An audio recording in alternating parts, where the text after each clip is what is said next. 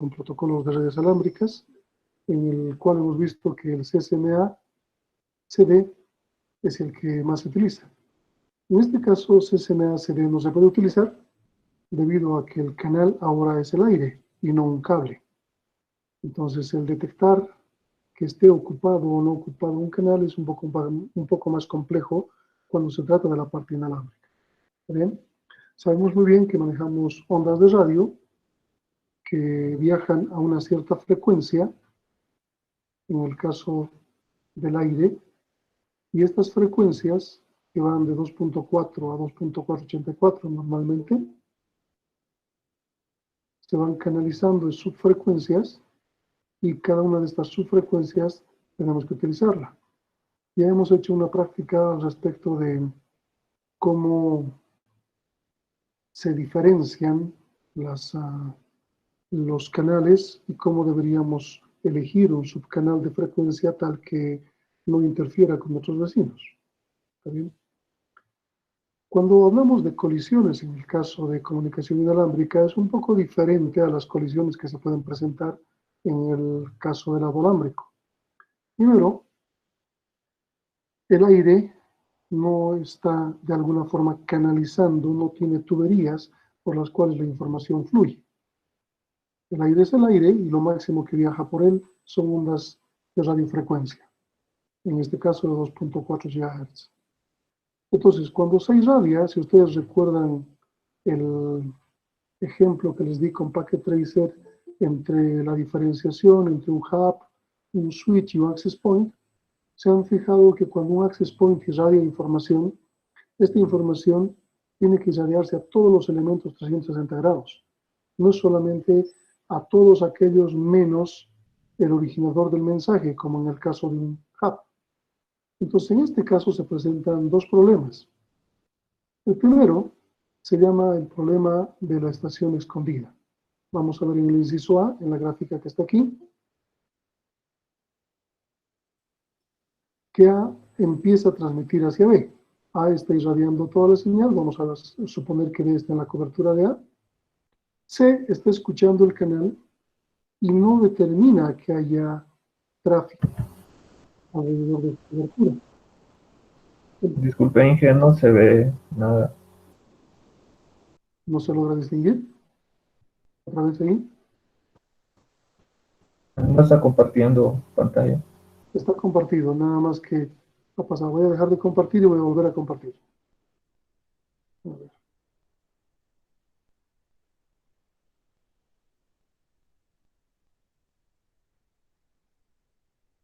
¿Ahora se ve?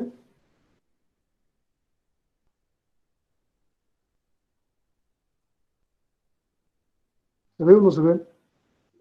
Sí, se ve normal. Ok. Sí. Entonces, estamos en el primer inciso. Aquí, en este caso, A transmite hacia B y la cobertura de A hace que B pueda recibir la información. C, cuando quiere transmitir, analiza su cobertura, llega hasta B, pero nota que esté ocupada. Entonces, lo que hace es, como no detecta actividad, manda hacia B y se provoca una colisión en B. Ese es un gran problema. Ese es el problema de la estación escondida. ¿Está bien? El problema de la estación expuesta es el otro caso. En este ejemplo, B empieza a transmitir hacia A. Obviamente la cobertura está hacia este lado, todo lo que queremos cubrir. Pero como el alcance de la irradiación de onda es 360 grados, esta está yendo en este sentido. Ahora C quiere mandar información a D, pero al encontrarse C en la cobertura de B, siente que hay flujo de información y no envía. Sin embargo, el envío de C hacia D no afectaría al envío de B hacia A. No habría ningún problema de colisión. Este problema se trata del problema de la estación expuesta. Entonces, ya sea estación escondida, como en este caso, o estación expuesta, como en este otro caso, son dos inconvenientes que todo protocolo de acceso al medio tiene que arreglar. Este protocolo parte de algo que se llama MACA, acceso múltiple con evasión o evitación de colisiones. No las va a detectar, va a tratar de evitarlas en este caso. ¿Cómo funciona? Primero tenemos el esquema inicial. En este caso, A quiere mandar comunicación o quiere comunicarse con B. Entonces, A manda un paquete que se llama request to send, un requerimiento para mandar. El momento que se origina un request to send, automáticamente se bloquea toda la cobertura de A. Luego, B, para aceptar la solicitud de A, manda un clear to send, que vendría a ser como acepto tu comunicación. El momento que surge un clear to send, se bloquea toda la cobertura de B. Si se analiza, y tenemos una intersección de estos dos conjuntos que forman las coberturas de A y B, ambas estarían bloqueadas una vez que éstas están intercambiando información. Entonces, tanto D como E como C no van a poder mandar información. Esto ocurre cuando se comparte la misma frecuencia. Esta es la razón por la que cuando les decía, ustedes investiguen a través de sus Wi-Fi, que no estén con la misma frecuencia, porque si no podría suceder esto. O ustedes mandan o los otros mandan, pero jamás los dos al mismo tiempo. ¿Cómo funciona este esquema en algo que se llama CSMA-CA? Carrier Sense Multiple Access, como hemos visto en el caso inalámbrico, pero con evitación de colisiones ahora. Entonces, vamos a ver que en este caso A está intercambiando información. A le está mandando datos a D. ¿Está bien? Cuando termina de mandar datos, D tiene que confirmar la recepción de A. Tiene que confirmarle a A que ha recibido los datos. Cuando se realiza esta confirmación, automáticamente todos los elementos bloqueados que antes estaban en la cobertura de los equipos que estaban intercambiando, se liberan. Y hay un pequeño espacio para que no coincidan, espacios diferentes, para que no coincidan y otro pueda mandar los datos, como en este caso. Cuando confirman otra vez, o vuelve a aparecer que todos se liberan, aparece nuevamente este espacio, se llama backoff, y otro puede mandar los datos. No parece complicado, pero vamos a ver en un simulador que en la práctica el aire solo puede ser usado por uno, y no por todos. Entonces es muy importante determinar la frecuencia adecuada. ¿Cuándo termina este elemento? ¿Cuándo termina el bloqueo? Se trata de una gráfica que tenemos aquí que nos muestra A y B. A quería comunicarse con B en esos dos conjuntos que hemos visto. A manda un request to send y a través del request to send todos los que están en su cobertura se bloquean. No estamos incluyendo a E porque E está en ambos casos, entonces no vale la pena analizarlo. Ocurre un NAV, Network Allocation Vector. Ocurre un bloqueo. Luego B responde un clear to send. A través del clear to send, a partir del clear to send, todos aquellos que están en la cobertura de D, en el caso de D, también se bloquean. Luego de que se ha requerido la transmisión y se ha aceptado la transmisión, se empieza a intercambiar información. ¿Cuándo finaliza el bloqueo de los demás? Cuando se confirma la información. El ACK, que está confirmando la información, habilitaría o desbloquearía a los otros equipos que estaban bloqueados y estos a su vez pueden intentar acceder al medio. ¿Está bien? El gran problema puede ser que si estos datos son excesivos, entonces va a tener bloqueados a estos otros por mucho tiempo. Veamos un simulador. Si ustedes recuerdan, les había dicho que existen dos formas de trabajar en Wi-Fi. La primera se llama ad hoc y la segunda se llama BSS o infraestructura. Vamos a revisar ad hoc inicialmente. ¿Está bien? Ahora fíjense que tenemos tres equipos que se están conectando sin necesidad de un elemento intermedio. Eso es una red ad hoc. Tres computadoras, tres celulares que están utilizando Wi-Fi. Tenemos aquí abajo unas leyendas que nos dicen que el medio está libre cuando se pone verde. Esta es la fila que corresponde al medio, al aire, y vamos a verla que siempre va a estar en verde o en rojo. Esa es una forma de decir que está ocupada o que está libre. ¿Está bien? El medio está libre. Empezamos. Entonces, fíjense cómo se va marcando el verde, ¿no? Hasta cierto punto que alguno de los equipos quiera empezar a intercambiar información. En este caso, el equipo 1 quiere mandar información al equipo 2. Veamos qué ocurre.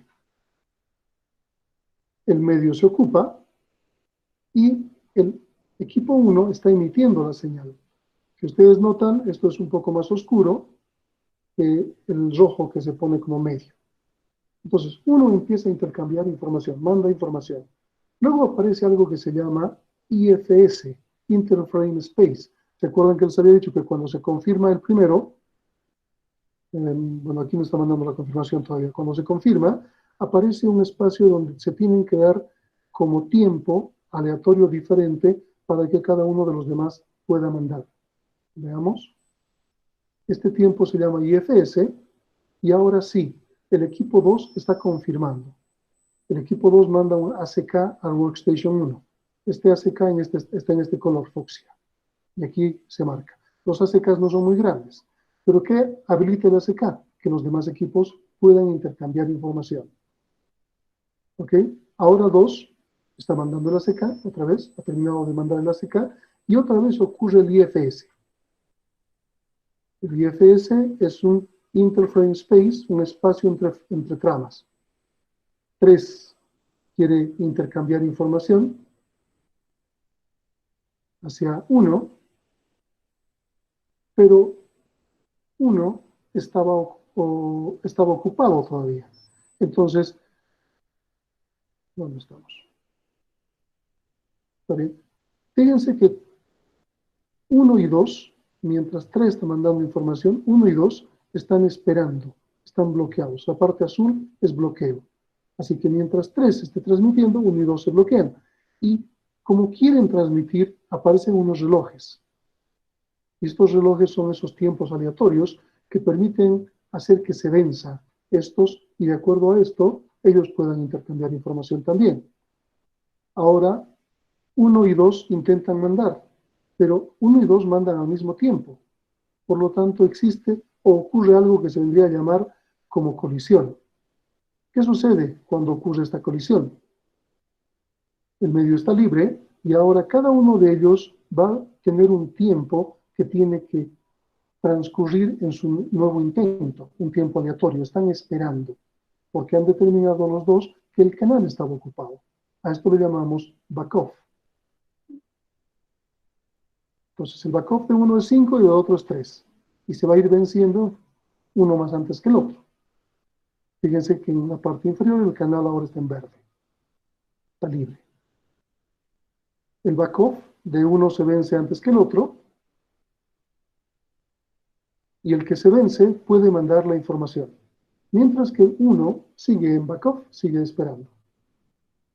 Intercambia información 2 con 3, 3 le va a mandar el ACK respectivo. Hay el interframe space. Y ahora uno va a poder mandar la información a quien quiera.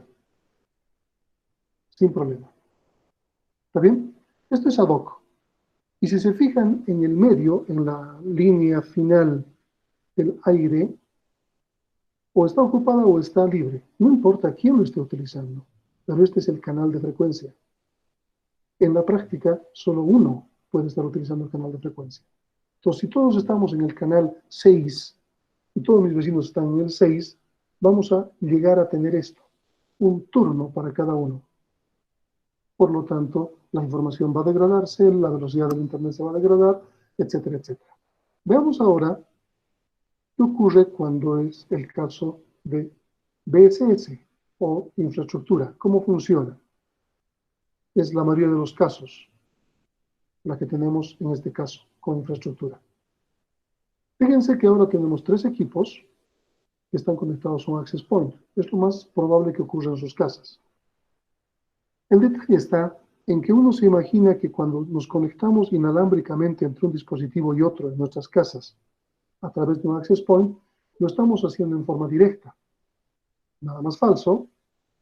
Lo que ocurre realmente es que estamos utilizando de intermediario al access point. Así que si 2 quiere comunicarse con 3, manda al access point. Y el access point va a mandar a 3. Cada uno va a confirmar. El 3 va a confirmar al access point y el access point va a confirmar al 2. Pero jamás en forma directa el 3 con el 2. Entonces ahora tenemos los 3 equipos, la línea del access point y el medio. Empecemos. Inicialmente los equipos tienen que conectarse, así que el access point está mandando algo que se llama beacon frame. Es como decirles, aquí existo, este es mi SSID, tengo este nombre, ¿y quién quiere conectarse conmigo? Fíjense que las tarjetas inalámbricas de los 3 dispositivos están en rojo, significa que ninguna se ha conectado todavía.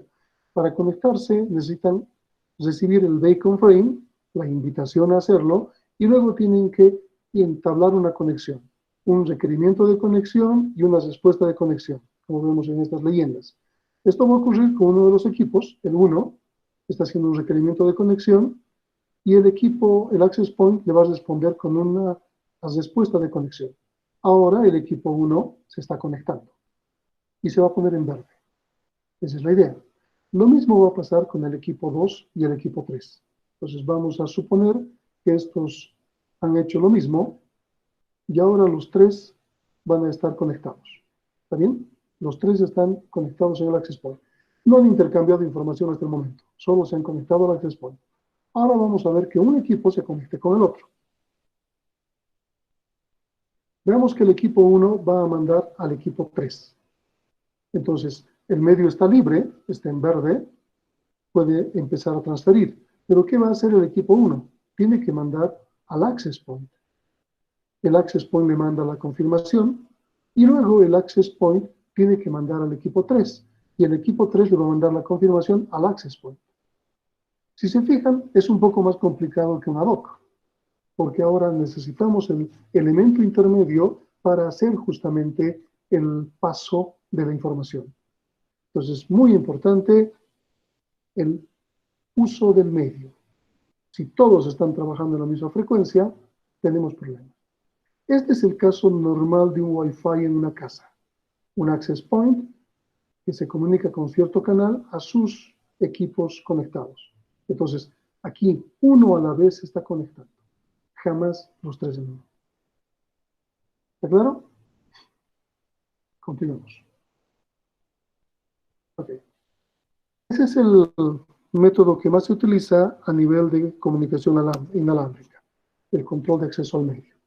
Vamos a hablar ahora de las redes que más utilizamos, las redes Ethernet.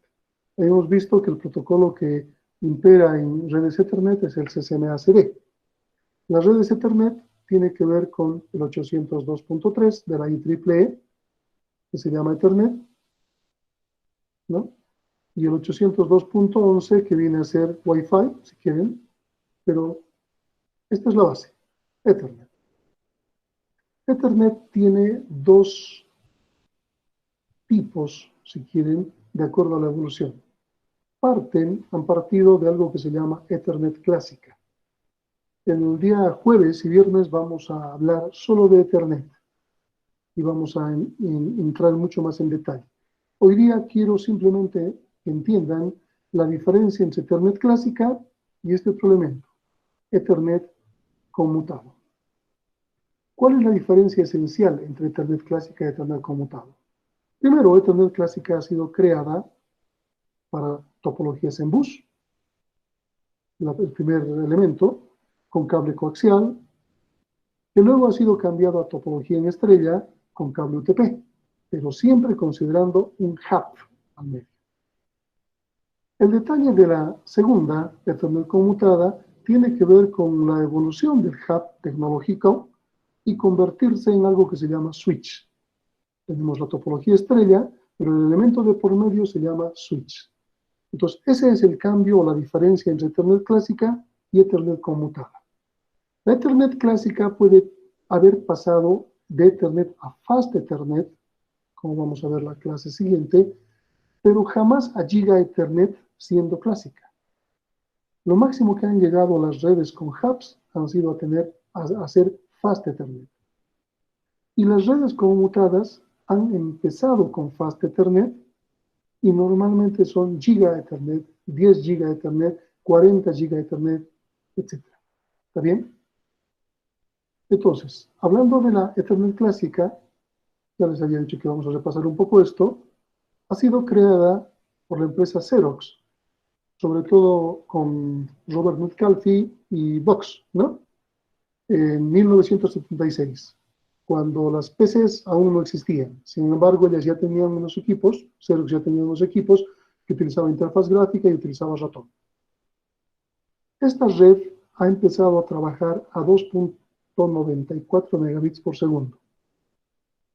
Ha sido un éxito en esa época, utilizaban cable coaxial grueso, pero ha sido un éxito. Entonces, Xerox se une con otras dos empresas, con Digital Equipment Corporation e Intel Corporation, DEC e Intel. Y esta red, estas tres empresas, llamadas DICs, si quieren para hacer un acrónimo entre las tres empresas, desarrollan esta red Ethernet clásica que había sido creada por Xerox para convertirla en un estándar más tarde llamada Ethernet o la IEEE 802.3, con tasas de transferencia de 10 megabits por segundo, cable coaxial delgado. Esta es la red que nosotros ya hemos conocido. Todo el mundo ha empezado a utilizar redes en bus con cables coaxiales delgados con 10 megabits por segundo. Y estas redes eran redes DICs y no eran Xerox precisamente. La red Ethernet empieza a utilizar cable coaxial y luego hace el cambio de bus a topología estrella y por lo tanto hace el cambio a cables UTP. Este esquema empieza con 10 base 5, cable coaxial grueso. Obviamente DICs tiene que trabajar en base a lo que ha hecho Xerox. Entonces Xerox ha trabajado con cable coaxial grueso, base 5. Sin embargo, DICs le ha aumentado la velocidad de 2.94 a 10 megabits por segundo. Este tipo de cable se llama Thick Ethernet. Nosotros habíamos visto en clase el cable llamado Thin Ethernet, 10 base 2. Claramente, esta forma de trabajar con cables coaxiales ha empezado a tener sus inconvenientes. Los inconvenientes esenciales han surgido en torno a las distancias máximas entre repetidores. Lo máximo que se podía tener en toda la red eran 500 metros en este caso y 200 metros en esta otra. En la práctica, solo 185 en esta segunda. Ni siquiera llegábamos a los 200.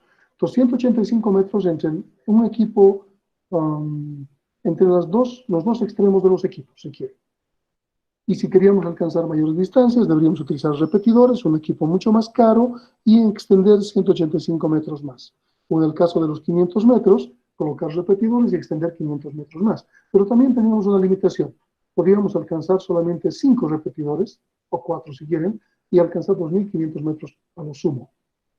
Entonces, este era un inconveniente en las redes de ese momento que estaban tendiendo a crecer. El cambio de Ethernet clásica topología bus a Ethernet clásica topología estrella ha permitido que se puedan, voy a aprovechar para llamar lista, ha permitido aprovechar el hecho de que se podía mejorar la velocidad. Y esta mejora de velocidad ha permitido avanzar tecnológicamente hablando. Hemos alcanzado con los hubs el concepto de ahora tengo 100 metros entre un equipo y el dispositivo central. Entonces, 200 metros entre dos dispositivos extremos. Pero ahora no necesito un repetidor. Puedo utilizar una cascada de hubs y puedo alcanzar 300 metros. Otro hub, 400 metros. Y ahí, sin repetidores, estaba utilizando el mismo hub. Claro que estaba sujeto a las reglas 543, si recuerdan cuando hemos hablado de este tipo de cables. ¿Está bien? Pasamos de Ethernet a Fast Ethernet cuando cambiamos de 10 megabits a 100 megabits. Vamos a verlo más adelante, pero yo les he dicho, es un poco solapado. Clásico puede considerarse entre 10 hasta 100. Y Ethernet conmutado se puede considerar desde 100 adelante. Pero no es un limitante. El limitante es el uso del hub o el uso del switch. Ethernet conmutado tiene que ver entonces con utilizar, en lugar de un concentrador o hub, utilizar un switch. Si vemos la gráfica, ¿qué es un hub en la práctica? ¿Por qué le llamamos concentrador? Esta cajita es un hub, la línea punteada. Tiene sus puertos y a cada puerto se conecta con cable UTP, con conectores RJ45. Internamente, ¿qué es un hub? Es como si hubiésemos agarrado todos los conectores y los hubiésemos colocado en un solo nodo. Es decir, es un concentrador de señal. Si extendemos este punto, si nos imaginamos que un punto puede convertirse en una línea y extendemos a lo largo de la línea, nos vamos a dar cuenta que en lugar de tener una topología estrella, podríamos tener una topología en bus. Vamos a ver una gráfica al respecto para entender más adelante esto. ¿Cuál es la diferencia contra un switch? Por fuera también es una caja, que puede ser del mismo tamaño y del mismo tipo, tiene los mismos tipos de puertos y el mismo tipo de cable con los mismos conectores se conectan a estos puertos. Exactamente lo mismo por fuera. ¿Qué pasa por dentro? Adentro ahora tiene una serie de circuitería que nos permite cerrar circuitos entre este elemento, por ejemplo, podemos ir bajando, conectar con este otro.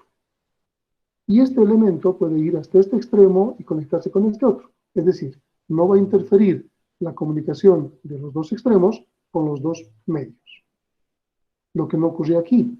Si este extremo quiere conectarse con este, la comunicación fluye y sale por todos los demás. Absolutamente por todos. Entonces hay una clara diferencia entre la forma de funcionamiento entre un switch y un hub.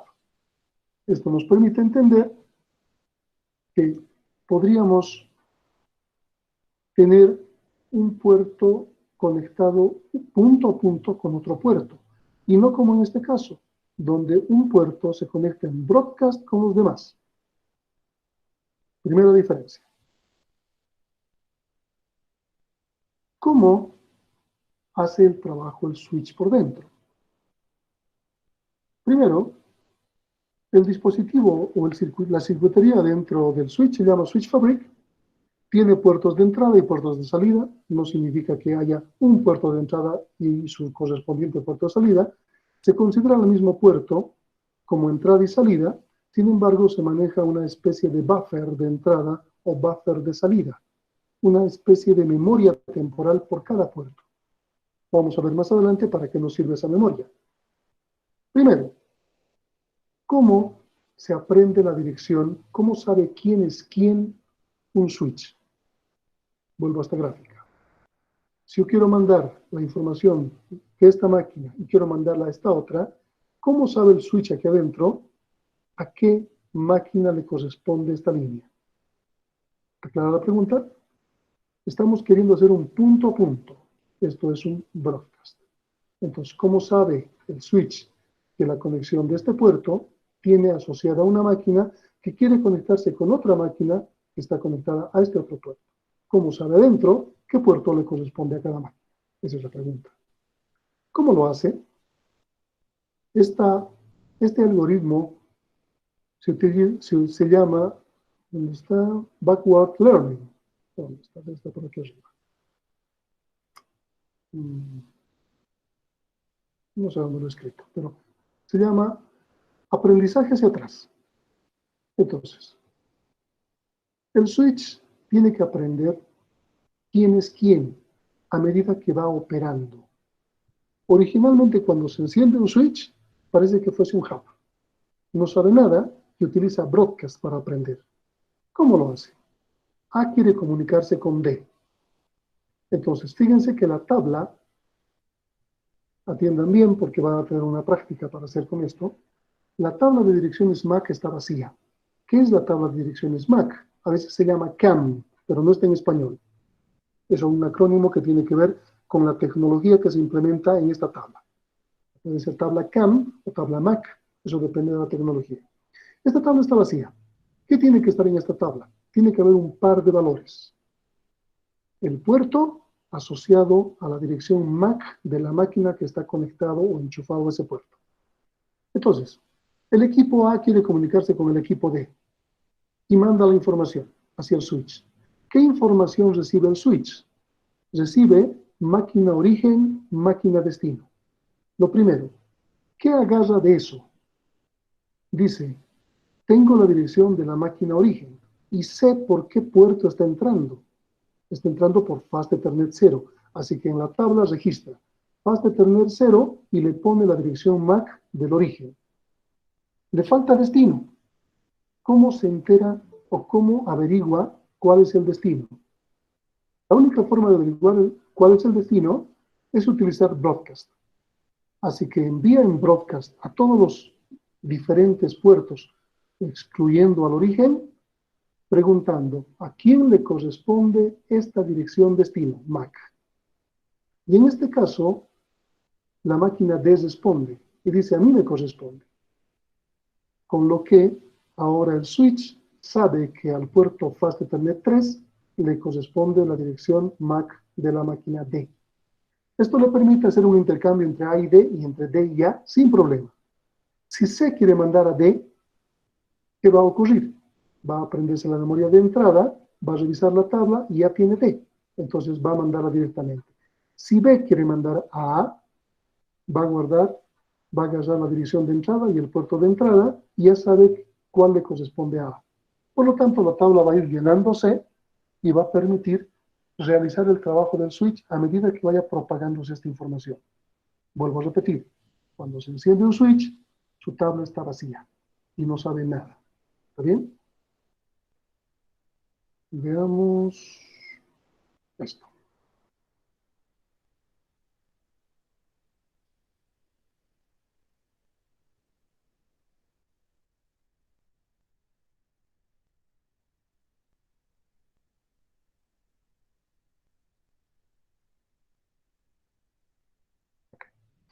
Vamos a ver el llenado de estas tablas, pero vamos a colocar un elemento adicional. O sea, una pregunta de examen podría ser esta, por ejemplo. Tengo dos switches y un router. El router no me interesa de momento. Tengo dos switches. Fíjense que las tablas de los dos switches están vacías. ¿Bien? Aquí abajo aparece una trama, una serie de registros que tiene ciertos campos, donde tenemos MAC destino y MAC origen. Esto vamos a revisarlo, esta trama vamos a revisar la clase siguiente. Vamos a ver qué tipos de tramas existen y cómo se guardan los valores. Pero de momento nos interesa saber el origen y el destino. Fíjense que la MAC destino está 000B. ¿Qué significa? Me quiero conectar a la máquina B. Y MAC de origen dice 000A. Es esta. Entonces el equipo A quiere comunicarse con el equipo B. Simple, ¿verdad? Aquí se va a llenar inicialmente en la tabla llenamos el puerto origen, el 1, y la dirección MAC origen. Eso lo sabemos porque el paquete nos llega. Es fácil. Para llenar, para saber a dónde tenemos que mandar, ¿qué tenemos que hacer? Broadcast. Hacemos un broadcast y el broadcast viaja a todos. Viaja, si hubiese una máquina conectada al puerto 2, si hubiese una máquina conectada al puerto 4, les llega a todos. Como el puerto 4 está conectado con un segundo switch, fíjense en este caso, va a pasar el broadcast al segundo switch. ¿Quién responde? El equipo B. ¿Y qué va a guardar en su tabla? El puerto 3 y la dirección 000B. Responde este. Mientras tanto, hasta que no veamos la respuesta todavía, la trama en broadcast ha viajado al segundo switch. ¿Qué guarda el segundo switch? Que por el puerto 1 está entrando la dirección 000A, el origen del mensaje, por el puerto 1. Otra vez, como el switch 2 no sabe quién es B, hace otra vez un broadcast. Le llega al equipo C, al equipo que estaría conectado en el puerto 3 y al equipo que está conectado en el puerto 4, que en este caso es un router. Ninguno de estos responde, obviamente porque no son el equipo destinatario, y el equipo destinatario responde. Y se va a asociar en la tabla el puerto 3 con la dirección del B. Simple, ¿verdad? De esta manera llenamos la tabla entre A y B en el switch 1 y esta puede intercambiar información. Ahora bien, quiero que conecten sus micrófonos los que van a responder. Quiero mandar información de C a B. Primero, ¿qué se llenaría en la tabla del switch 2?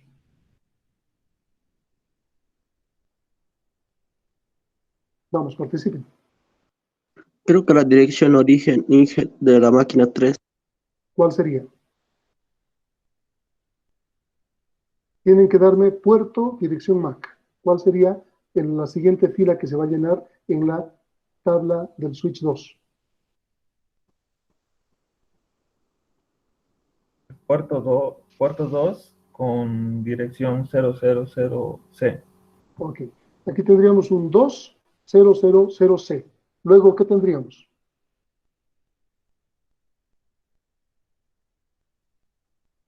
¿Qué más? ¿Se generaría un broadcast hacia los otros routers Ok. o A hubs? este switch y a este router. ¿Qué respondería este?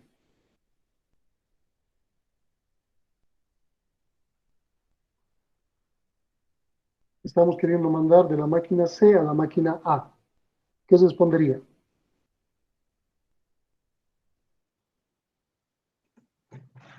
Que en su tabla ya tiene esa puerto y esa dirección MAC. Entonces no tendría que ser un broadcast, ¿se dan cuenta?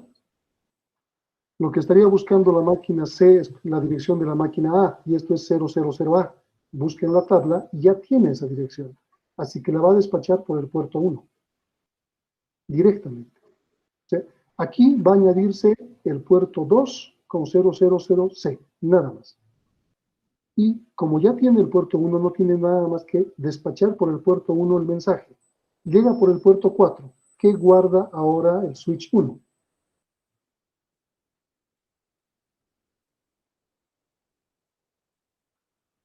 En el switch 1, en la tabla, ¿qué se aumentaría? Puerto 2, 00C. No, el 2 está desconectado. ¿Qué se aumentaría? Puerto 400C. Exactamente.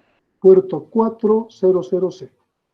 Si hubiese una máquina aquí en el puerto 3 y en el puerto 4 del switch 2, en la tabla 1 cuando se conecten aparecería puerto 400C, puerto 5, puerto 4, otra vez repetiríamos, y la dirección que hubiese la máquina aquí. Otra vez puerto 4 y la dirección de esta otra máquina. Es decir, aquí se repetiría 3 veces el puerto 4, mostrándonos estas 3 máquinas que se conectan, si hubiese un intercambio de información. Entonces, el puerto no es único, la dirección MAC es única. La dirección MAC es única. Lo mismo, si estos dos equipos tuviesen, perdón, los tres equipos conectados, la 1, 2 y 3, tuviesen 3 equipos conectados, A, D, B, vamos a suponer, y se quieren conectar con esta máquina C, esta tabla llenaría puerto, ¿qué vendría aquí? ¿Qué número de puerto aparecería? Puerto 1. Exactamente. Puerto 100A, puerto 100D, puerto 100B. ¿Está claro eso? ¿Puedes repetir, Inge, por favor? A ver, no tengo para escribir, quería escribir. Vamos a ver si puedo utilizar.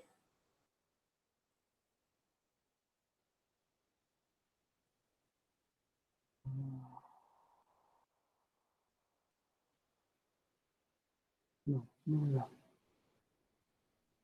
A ver, los puertos que nos permiten conectar un switch con el otro, en este caso es el 4 y el 1. Entonces, a través del 4 llegamos a todos estos puertos del switch 2 y a través del 1 de este switch llegamos a todos los puertos de este otro. Entonces, cualquier puerto de este switch que lo vea este otro siempre va a aparecer con 1. Cualquier puerto de este switch guardado en este primero va a aparecer con puerto 4. O sea, todas las máquinas de este switch, aquí tiene que aparecer 4C, 4, el que está aquí, E4F. Y en esta tabla va a aparecer 1A, 1D, por ejemplo, que le pongamos a esta. 1, la máquina B, 00B. Entonces, ellos no pueden saber qué puerto le corresponde a esta. Por ejemplo, B está en la 3, pero de este switch, aquí no podemos poner un 300B. Tiene que aparecer por qué puerto nos estamos conectando. ¿Está bien? Avancemos. Entonces, de esa forma se aprende. Voy a mostrarles otra diapositiva que tiene que ver con switches LAN. Esto es parte de un curso con la Universidad de Washington de redes. Aquí empezamos. ¿Se ve, no? ¿Se está viendo? Sí. Ok. ¿Cómo hacemos para conectar los nodos con un switch? En vez de acceso múltiple, o sea, en vez de utilizar CCNA-CD, a eso nos referimos, estamos trabajando con switches, ahora ya no es Ethernet clásica, ahora es Ethernet conmutada. Se utilizan múltiples cables, enlaces, y esta es la base de la moderna Ethernet conmutada, a eso se refiere. ¿Cómo se cablea el Ethernet switch con par trenzado? Simplemente al igual que un hub. Se pone los pares trenzados a los puertos y tenemos lo mismo que teníamos un hub. Este gráfico es interesante.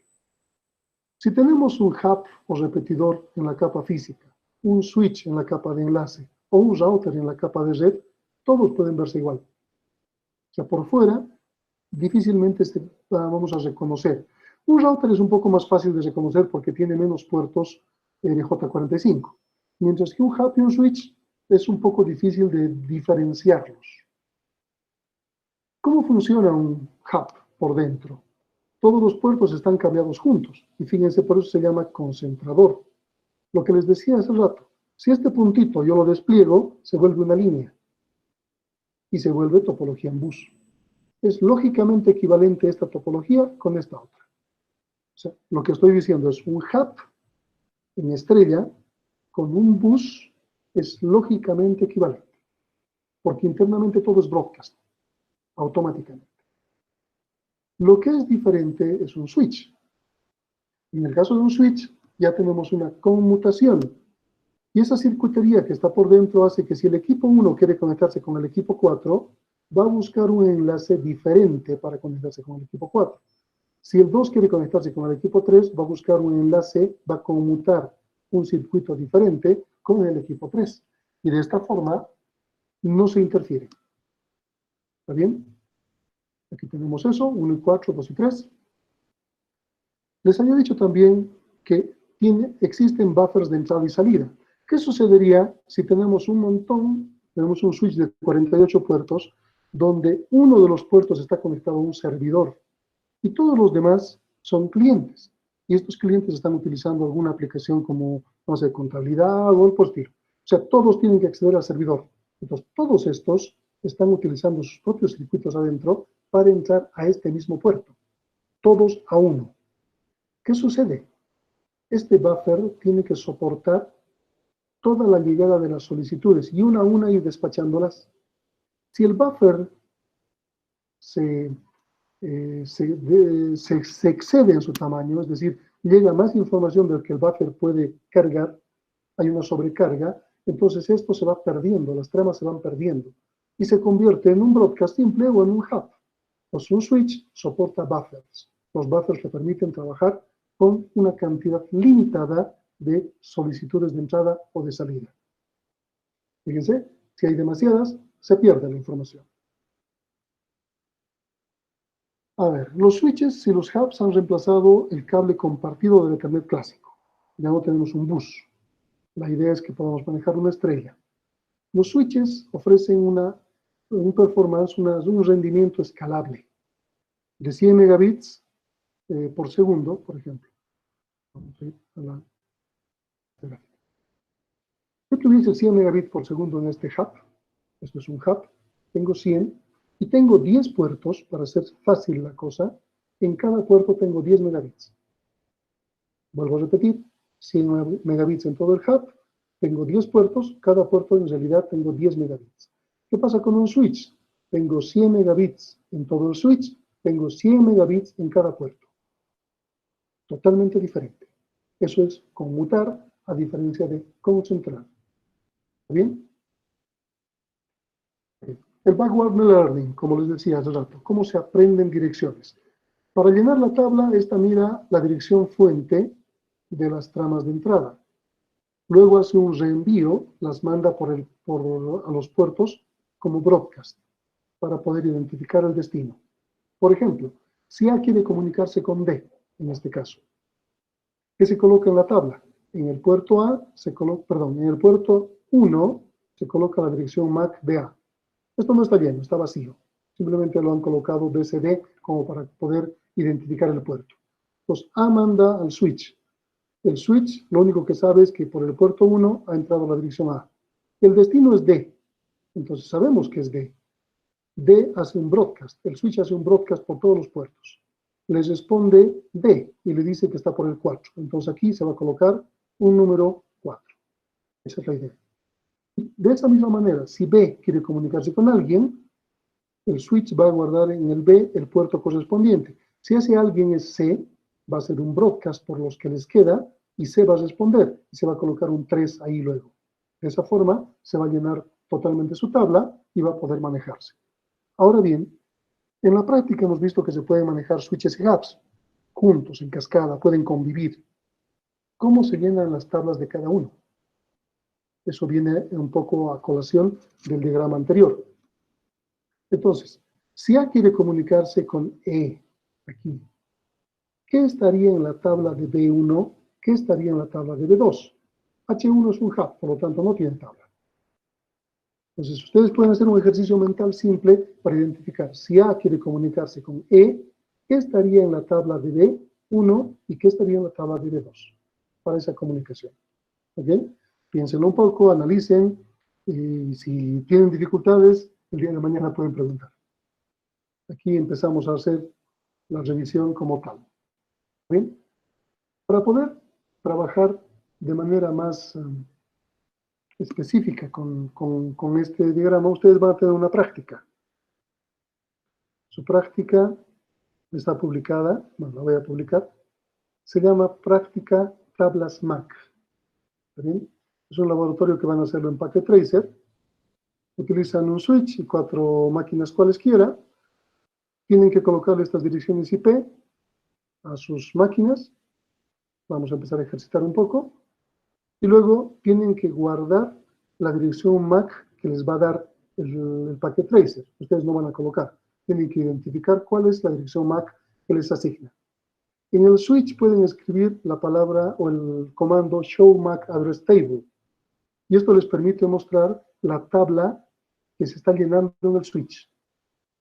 Entonces, en esta práctica van a hacer ejercicios añadiendo cosas, quitando cosas, para que vean cómo se va llenando esa tabla. Esta es la mejor manera de entender el backward learning. ¿Está bien? Entonces aquí les va dando todos los pasos que tienen que ejecutar e ir respondiendo todo lo que tienen que responder para entender, por ejemplo, qué diferencia hay en una dirección dinámica y una dirección estática. Ahí van a entender algo interesante y van a terminar con la práctica.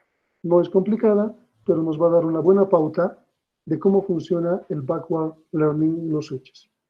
¿Alguna duda? Pasamos a la etapa de preguntas. Si tienen preguntas. El tamaño de los buffers en los switches, ¿qué tamaño tienen? Dice.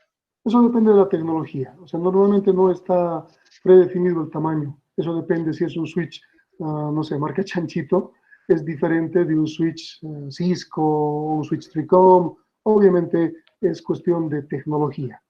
Un switch Cisco, ¿cuál sería o sea, su no tiene un almacenamiento? número fijo, como para decir que tiene un buffer de tantos megas. O sea, no funciona así. Pero tiene un buffer tal que garantiza su trabajo. Obviamente los que son de marca tienen buffers un poco más grandes si quieren, pero siempre son limitados. Se pueden desbordar. Y es así que hay un ataque, y seguramente el grupo que le ha tocado seguridad en switches va a poder ver eso, donde se puede llenar el buffer de un switch y convertirlo en hub fácilmente. Entonces vulneramos la seguridad que tiene un switch y lo convertimos en hub. simplemente mandándole direcciones MAC, aunque falsas. ¿Qué más? Está bien.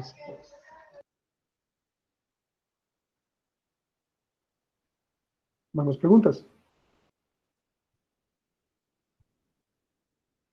Bueno, dijeran un poco entonces y mañana en la clase del otro grupo pueden consultar.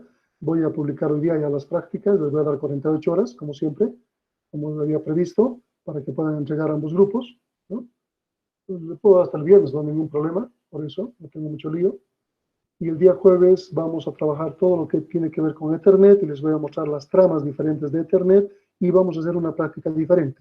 Vamos a manejar algo que se llama cómo funciona cuando tenemos varios switches unidos, juntos, en ciclos. Entonces también ocurre ahí otro tipo de ciclo, otro tipo de algoritmo que va a permitirnos desarrollar el trabajo en forma automática. Pero tenemos que entenderlo en forma manual. ¿Dudas? Inge, una pregunta. Si es que alguna de las máquinas se desconectara del switch, ¿se borraría de la tabla de Mac? Exactamente. Ustedes van a aprender eso en la práctica que estén haciendo. Se van a dar cuenta que solamente unos cuantos, bueno, no les voy a decir qué tiempo, un tiempo limitado está guardado las direcciones en el switch. Luego de eso se pierde, justamente para evitar lo que tú decías, que cuando una máquina se desconecte haya falsas direcciones de máquinas que no están. Ustedes van a percibir eso en la práctica. ¿Qué más? Gracias, Inge. ¿Qué más? ¿Qué más? ¿Existe un límite para direcciones MAC? Sí, también tiene que ver con la tabla MAC. Las tablas CAM o MAC tienen una cantidad limitada de direcciones. O sea, no significa que voy a colocar, tengo 10 puertos, tengo 10 entradas. No, se puede multiplicar por 4 o por 5. Voy a tener 50, 60 entradas. Porque puedo tener una cascada de switches que van a cargarse todas a esas. Tampoco es algo fijo. Depende de la tecnología, de la marca, de la calidad del switch. Pero sí hay un límite también. Es como cuando se compra un dispositivo, una computadora y te dicen quiero con 4 GB de RAM, con 2 GB de RAM, con 8 GB de RAM. Entonces, los dispositivos vienen también con una cantidad limitada de memoria y esa memoria está limitando cuántos registros podamos colocar en las tablas.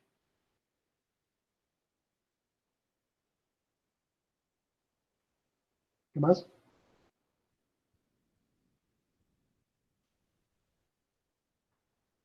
Ok, denle una relectura, vean el video otra vez, vean la práctica. Es interesante este tema, es muy interesante porque son los dispositivos con los cuales trabajamos y debemos saber cómo funcionan por dentro. Voy a dejar de compartir la pantalla y voy a dejar de grabar para que podamos subir el video más tarde.